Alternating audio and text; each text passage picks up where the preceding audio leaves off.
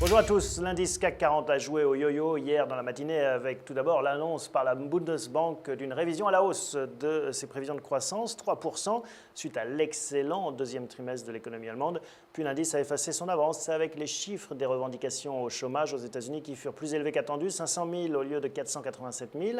La baisse s'est ensuite poursuivie dans l'après-midi avec l'indice de fabrication de la Fed de Philadelphie qui était attendu en positif mais qui est sorti négatif. Aujourd'hui, il n'y a pas beaucoup d'annonces et donc pas beaucoup sans doute d'impact à prévoir sur le marché parisien. Ce dernier devrait donc être relativement calme.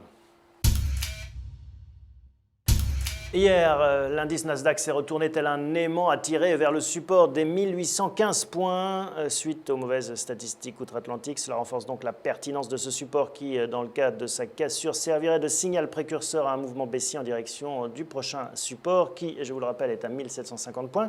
Néanmoins, nous nous attendons à une phase de range entre 1815 et 1860 points pour les jours à venir.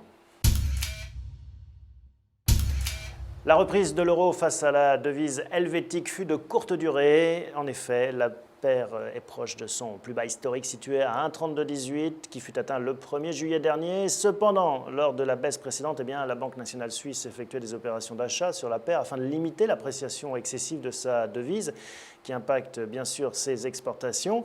Une cassure du support à 1,3170 sera importante à détecter car un nouveau plus bas historique pourrait ensuite s'en suivre.